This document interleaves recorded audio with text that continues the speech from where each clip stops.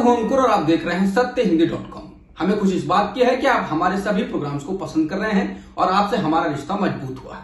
और इस रिश्ते को और मजबूत करने के लिए डिस्क्रिप्शन में दिए गए लिंक पर क्लिक करिए, जिससे हमारा रिश्ता और मजबूत होगा। आइए अब एक नजर डाल लेते हैं अब तक की सुर्खियों पर। भारत में कोरोना के बढ़ते मामलों के बीच केंद्र सरकार ने एक बार फिर कम्युनिटी ट्रांसमिशन की बात से इनकार कर दिया है। केंद्र ने कहा कि भारत निश्चित रूप से सामुदायिक संक्रमण यानी कम्युनिटी ट्रांसमिशन की स्टेज पर नहीं है।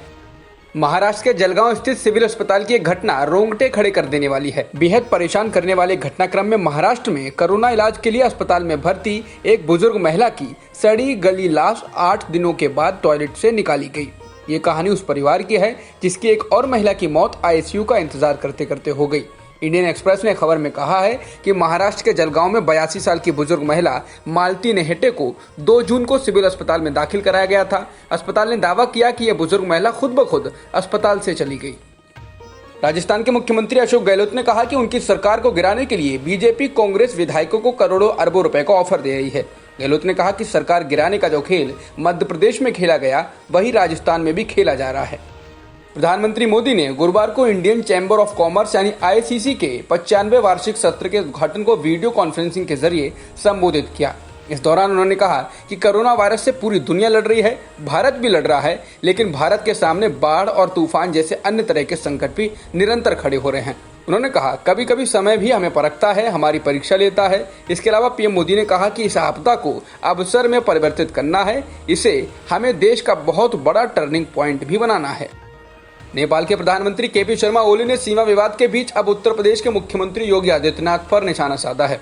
प्रधानमंत्री ओली ने कहा कि मुख्यमंत्री के रूप में अगर वह ऐसी बात करते हैं तो यह आलोचना का विषय है। हम इसे नेपाल का अपमान समझते हैं। नेपाल ऐसी भाषा के लिए तैयार नहीं है।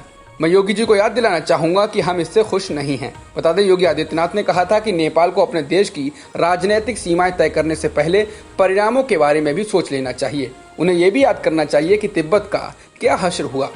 बता दें, योगी के इस बयान की पर्यवेक्षक भी निंदा कर रहे हैं। उनका कहना है कि विदेश नीति में ऐसे बयानों से बचा जाता है, इससे हमारे रिश्ते और खराब होंगे।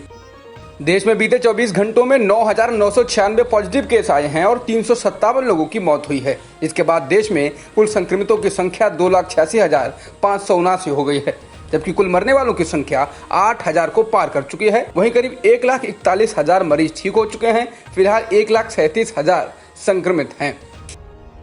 पालघर में साधुओं की हत्या के मामले में दायर जनहित याचिका पर सुनवाई करते हुए सुप्रीम कोर्ट ने महाराष्ट्र सरकार और अन्य को जवाब दाखिल करने के लिए कहा है। जनहित याचिका में जांच को लेकर चिंताएं उठाई गई हैं और मामले की जांच सही से कराने के लिए दिशा निर्देशों की मांग की गई है। याचिकाकर्ता के वकील ने आज अदालत में बताया कि गवाह आत्महत्या कर रहे हैं। हमारे पास ये मानने के कारण है कि जाँच सही से नहीं की जा रही है। अगली सुनवाई जुलाई के दूसरे सप्ताह के लिए तय कर दी गई है।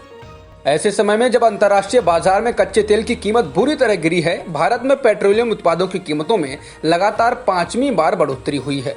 गुरुवार को दिल्ली में पेट्रोल डीजल की कीमतों में 60 पैसों की वृद्धि कर दी गई। ये कीमतें लगातार 5वें दिन बढ़ाई गई हैं। इसके साथ ही राष्ट्रीय राजधानी दिल्ली में पेट्रोल की कीमत 74 रुपए, डीजल की कीमत 72 रुपए से ज्यादा हो गई है। सुप्रीम कोर्ट ने गुरुवार को तमिलनाडु के कई राजनीतिक दलों द्वारा दाखिल एक याचिका पर सुनवाई करते हुए आरक्षण को लेकर बड़ी टिप्पणी की। सुप्रीम कोर्ट ने कहा कि आरक्षण कोई बुनियादी अधिकार नहीं है। कोर्ट ने साथ ही इस याचिका को भी सुनने से इनकार कर दिया।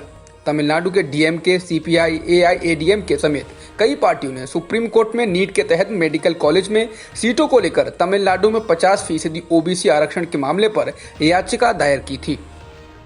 पाकिस्तान के सरकारी टीवी चैनल पीटीवी ने पीओके को भारत के नक्शे में दिखाने के आरोप में 2 कर्मचारियों को नौकरी से निकाल दिया। इस नक्शे में कश्मीर के उस हिस्से को भारत का हिस्सा दिखाया गया था जिसे पाकिस्तान अपना हिस्सा कहता है, लेकिन भारत उस पर अपना दावा जताता है।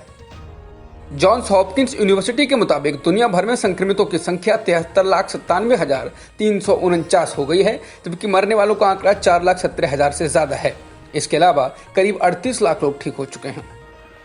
जॉन्स हॉपकिंस यूनिवर्सिटी के मुताबिक अमेरिका में कोरोना संक्रमण के मामले 20 लाख से ज्यादा हो गए हैं और मरने वालों की संख्या करीब 1,13,000 हो गई है। इसके अलावा ब्राजील में 7,72,000 संक्रमण के मामले हैं और 39,680 लोगों की मौत हो चुकी है।